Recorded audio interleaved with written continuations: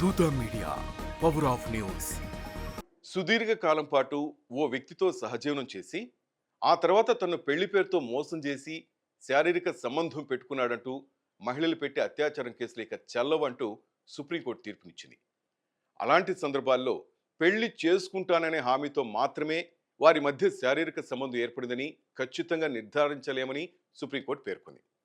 Live in partner అత్యాచారం చేశాడని ఆరోపించిన bank అధికారిపై criminal చర్యలు రద్దు చేస్తూ కోర్టు ఈ వ్యాఖ్యలు చేసింది.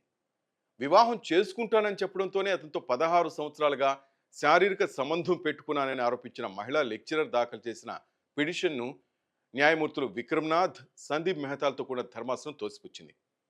ఇద్దరు వ్యక్తులు బాగా చదువుకున్నారు, ఇష్టపూర్వకంగానే ఏకాభిప్రాయ సంబంధాన్ని కొనసాగించారని, వేర్వేరు పట్టణాల్లో నివసిస్తున్నప్పటికీ తరచుగా ఒకరిళ్లను ఒకరు సందర్శించేవారిని కోర్టు అభిప్రాయపడింది. ఈ కేసును లవ్ ఫెయిల్యూర్ లేదా లివింగ్ ఇన్ బ్రేకప్గా కోర్టు పరిగణించింది. 16 సంవత్సరాల సుదీర్ఘకాలం పాటు సన్నిహిత సంబంధం కొనసాగినందున వారి మధ్య 16 సంవత్సరాల పాటు లైంగిక సంబంధాలు నిరంతరాయంగా కొనసాగాయి. వారి బంధంలో నిందితుడు ఎప్పుడూ బలవంతం లేదా పెళ్లి పేరుతో మోసం చేశాడని అనుకోలేం. ఎందుకంటే దాదాపు 16 ఏళ్లుగా వాళ్ళు కలిసే ఉన్నారు.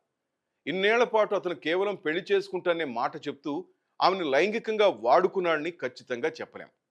ఇద్దరి మధ్య పరస్పర అంగీకారంతోనే వారి మధ్య శారీరక సంబంధం ఏర్పడి ఉంటుందని అత్యున్నత న్యాయస్థానం వ్యాఖ్యానించింది.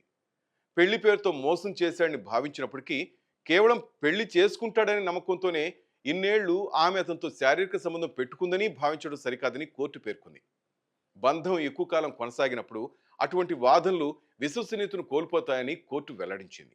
హాయ్, నేను మీ ఆర్పి పట్నాయక్. ప్లీజ్ సబ్స్క్రైబ్ టు దూత media. For more updates, please subscribe దూత మీడియా.